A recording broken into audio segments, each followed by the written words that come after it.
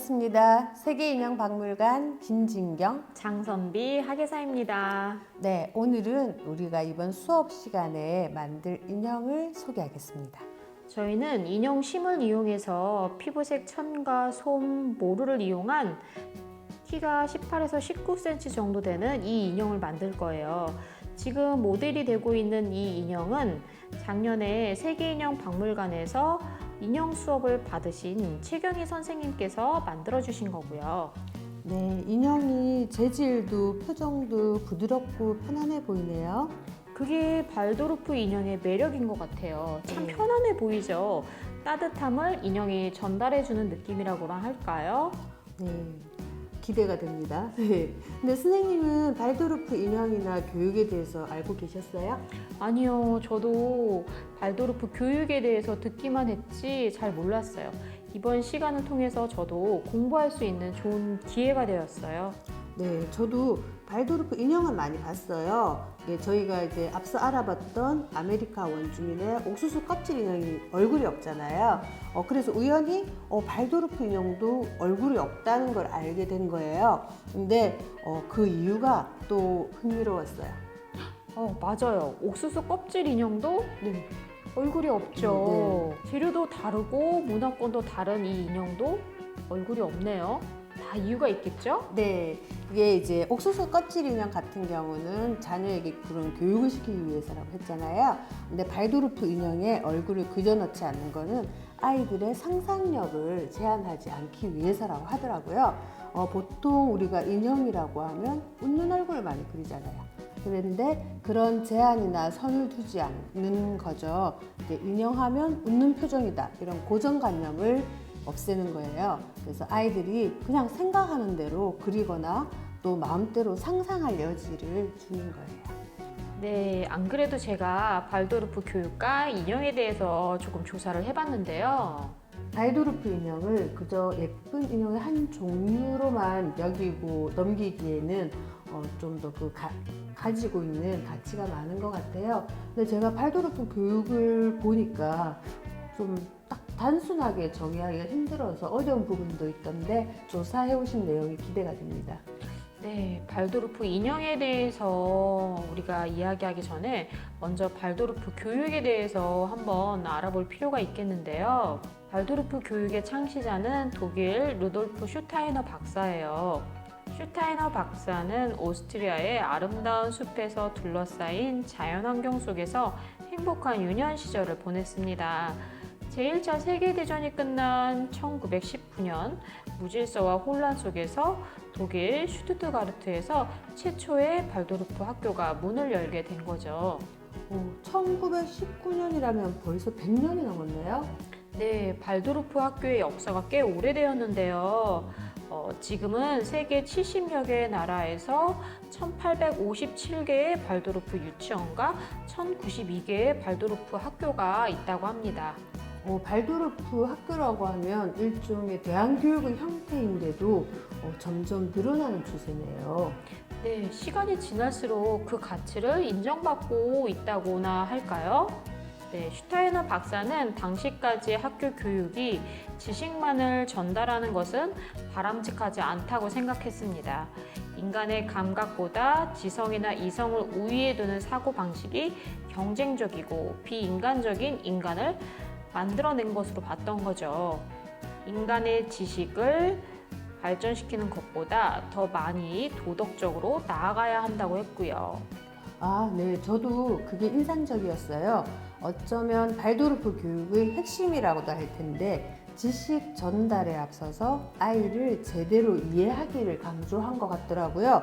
인지적 상상, 영감적 고취, 직관의 능력을 강조하는 인지학을 바탕으로 만들었다고 들었어요. 인간에 대한 지혜란 뜻의 인지학을 직접 만들기도 했고요. 아이의 발달 과정에 대한 이해를 바탕으로 한 교육이라는 게 감동적이었어요. 네, 그래서 교육이 우리가 아는 것들과는 조금 다른데요. 성적을 올리고 등급을 나누고 평가하는 방식이 아니에요. 아이들 안에 있는 영혼과 정신의 바탕을 넓히고 정신적, 영적 능력을 향상시키는 것에 주목했어요. 전인교육이면서 성적이 없는 성적표, 교과서가 없는 수업 등 대부분 공교육과는 거리가 조금 있어요. 그래서인지 1996년 유엔에서는 발도르프 교육을 인류 미래를 위한 전인교육의 모범이라고 주목해 왔어요. 우리나라를 비롯한 아시아에 널리 알려진 것도 이쯤이에요.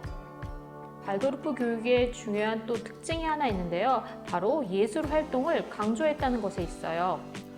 예술 활동을 강조한 교육이라니 생각만 해도 멋집니다. 그런데 그 생각을 공유하는 분들이 늘고 있다는 셈이기도 하네요. 네, 그런 추세는 우리나라에서도 나타나는 것 같아요. 네, 슈타이너 박사는 예술이 목적으로서 필요한 것이 아니라 모든 것이 예술로부터 싹이 나는 토양으로 누구에게나 필요한 것이라고 주장했습니다. 예술 활동과 수공 활동이 갖는 힘은 다양한 재료를 만져봄으로써 자신의 감각기관을 통해 세상과 대화할 수 있다는 거죠. 아이들의 손놀림이 아동의 생각하는 힘과 연결된다는 거죠. 그래서 직조, 점토, 인형, 공작의 다양한 교육을 미술 수업에 포함하고 있어요. 예를 들자면 초등학교 1학년 때부터 동물 인형 만들기 수업 시간이 있는데요. 이 과정을 통해서 아이들이 직접 헝겊으로 동물 인형을 만들고 완성하는 거예요. 동물 인형을 초등학교 1학년이 바느질로 직접 만든다고요? 네, 실깨기, 과이질 등 아이들이 다 직접 해보는 거예요. 아이들이 이렇게 어려운 문제 상황을 생길 때 스스로 상황을 끝까지 해결해 나갈 수 있는 능력을 키우는 게 중요하다는 거죠. 그 말씀을 들으니까 생각나는 게 있어요. 박물관에서 몇 해 전에 마리오네트 인형 만들기 수업을 했어요. 목각 재료 키트를 이용해서 인형을 만드는 수업이었는데 이게 이제 마리오네트 인형이니까 줄로 연결해서 조종하는 거잖아요. 그래서 실을 묶어야 하는 거예요. 근데 의외로 고등학생, 성인 중에서도 실을 못 묶는 사람이 많았어요. 평소에 우리가 실을 묶을 기회가 없었던 것 같아요. 그러니까요. 교육에 대해서 이것저것 좀 생각하게 된 상황이었어요. 그러니까 사소한 얘기는 하지만 우리가 살아가면서 실을 묶을 일은 많잖아요. 근데 실을 묶는 정도는 가르쳐야 하지 않나. 또 어떻게 보면 실을 묶는 것뿐만 아니라 그게 한 예인데 생활에 필요한 많은 것을 우리 교육은 놓치고 있지 않나 그런 생각이 들었어요. 근데 이제 발도르프 교육식으로 교육을 한다면 그럴 일은 없겠네요. 예, 우리가 이번에 하는 프로그램이 또 공감대에 관한 것이잖아요. 이 대화법에 대해서도 수업을 듣다 보면 좀 그런 생각이 들어요. 한 사람의 인생에서 또 사회에서 대화가 차지하는 부분이 얼마나 큰가. 그래서 대화를 평화적으로 제대로 하는 법이야말로 교육해야 하지 않나 그런 생각이 들더라고요. 네, 발도르프 학교에 대한 간단한 개요만 봐도 지금 공교육에서 많이 놓치고 있는 부분들을 알 수 있는 것 같아요. 바로 그 점 때문에 발도르프 교육이 시간이 지나도 지금까지 늘어나고 있는 게 아닌가 싶고요. 네, 이런 건 사실 좀 더 늘어나도 좋을 것 같아요. 네, 그래서 장선배 쌤과 발도르프 교육에 대해서 간단히 알아봤는데요. 근데 우리가 이제 발도르프 인형을 만들잖아요. 근데 발도르프 인형은 발도르프 교육에서 어떻게 그렇게 많이 알려지게 된 걸까요? 독일에서는 전통적으로 엄마들이 집에서 입지 않은 옷을 이용해서 헝겊 인형을 만들었고 아이들이 또 자라면서 작아진 옷을 이용해서도 헝겊 인형을 만들었다고 해요. 이 전통 헝겊 인형이 발도르프 학교에서 교육을 목적으로 만들어져 전해지게 된 거죠. 발도르프 인형은 아까 선생님이 말씀하신 것처럼 얼굴 표정이 없거나 있더라도 아주 단순하게 표현해서 아이들의 감성과 상상력을 마음껏 펼칠 수 있도록 하고 있습니다. 네, 그리고 재료도 천연 재료만 사용한다고 들었어요. 네, 헝겊 인형의 표면은 부드러운 헝겊이에요. 또 속은 양털이나 솜, 곡식으로 채우고요. 또 머리카락은 터실로도 만듭니다. 천연 재료를 사용해서 전반적으로 재료가 안전하고 또 정서적으로 안정감을 주는 느낌도 있어요. 네, 네, 그런 사정을 모르고 보더라도 인형이 주는 느낌이 참 따뜻해요. 아무래도 재료부터 형태까지 많은 부분을 고려한 게 그렇게 나타나는 거겠죠? 네, 선생님과 이제 이야기 나누어 보다 보니 올해 이제 발도르프 인형에 대해서 알아보고 발도르프 인형을 만들기로 한 건 참 잘한 것 같아요. 네, 저도 자료를 조사하면서 아이들 교육에 대해서 다시 한번 생각해 볼 기회가 됐어요. 네, 그렇죠. 저도 이제 제가 성인이 되고 나이 들다 보니까 학교 다닐 때 뭐 그렇게 공부할 필요가 있었나? 뭐 그런 생각이 들더라고요. 네? 이게 왜 그런 거죠. 이제 너무 많은 사람이 똑같은 공부를 하잖아요. 근데 세상에는 다양한 분야에 다양한 능력이 필요한데 어떻게 보면 우리 공부는 너무 획일적인 교육을 시키는 것 같아요. 뭐 진로를 학자나 전문가가 아닌 뭐 인형 작가라든가 음악가로 정했다면 그 국영수 복잡한 문제들이 다 필요할까? 차라리 어릴 때부터 음악을 많이 듣거나 인형을 많이 만들게 하는 게 낫지 않을까? 그런 생각을 했어요. 네, 그런 부분이 있죠. 발도르프 인형을 직접 만들기엔 조금 어려운 부분이 있을 것 같은데요. 네, 예, 사실 조금 어려운 부분이 있어요. 이게 여기 보시면 이 인형이 특이하게 눈 부분이 들어가 있어요. 예, 그래서 이 얼굴 형태 잡는 부분이 제일 어려워요. 근데 여러분 아까 들으셨죠? 발도르프 교육에서는 어려운 거를 해결하고 넘어가는 걸 중요하게 여긴다고. 근데 사실 저희도 이제 인형 재료며 이렇게 과정을 준비하면서 이 얼굴 형태 잡는 게 좀 많이 어려워서 이걸 간단하게 해볼까도 생각을 했었어요. 근데 간단하게 얼굴 형태를 안 잡고 동그랗게 하다 보니까 인형이 안 예쁜 거예요. 그래서 기왕이면 이제 발도르프 인형에 대해서 수업을 하는데 좀 얼굴은 제대로 만드는 게 좋겠다 싶어서 어려워도 조금 그대로 만들기로 했거든요. 대신에 교재에서 이제 만드는 방법을 좀 상세히 소개하고 있으니까 어렵다고 중간에 포기하거나 좌절하지 마시고 함께 잘 만들어 봅시다. 네, 그리고 저는 지난해 공감대학 수업을 들었잖아요. 네, 어땠나요? 지난해 참가자분들은 인형을 잘 만드셨나요? 네, 지난해에는 목각 인형을 만들고 또 인형극을 영상으로 찍어 주셨는데 기대 이상으로 예쁘고 섬세하게 만들어 주셨어요. 또 올해도 기대가 큽니다. 그리고 발도르프 교육에 대해 이야기 나누다 보니까 공감대와도 비슷한 측면에서 또 생각해 볼 게 있었던 것 같아요. 어떤 면에서요? 부모나 선생님의 입장에서 공감대화 수업을 들어보면 반성이 되는 측면도 많아요. 이게 잘못된 대화 예로 나오는 게 바로 자기 사례 같은.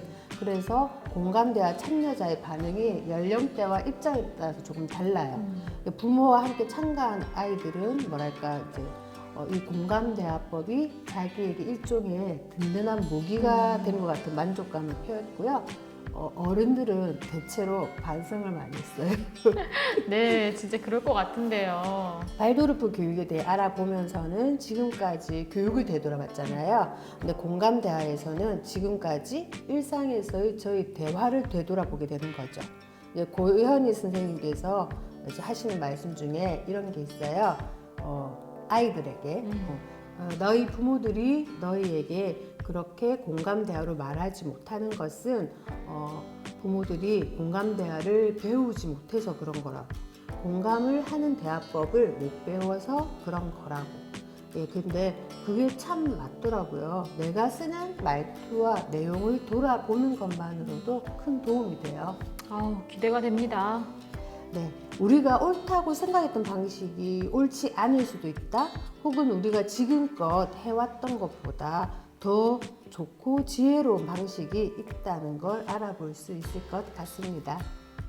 공감 대화가 그리 어려울 것 같진 않은데요. 그렇죠. 사실 저도 그렇게 생각했어요. 이게 저는 심지어 공감대화 나는 잘하고 있다고 생각했어요. 그렇지가 않더라고요. 수업을 듣고 나서는 다른 사람과 대화를 나누어 보면서 한 번씩 내가 왜 이렇게 얘기하지? 이건 비공감대화인데? 라고 바로 돌아보게 되는 경우가 있더라고요.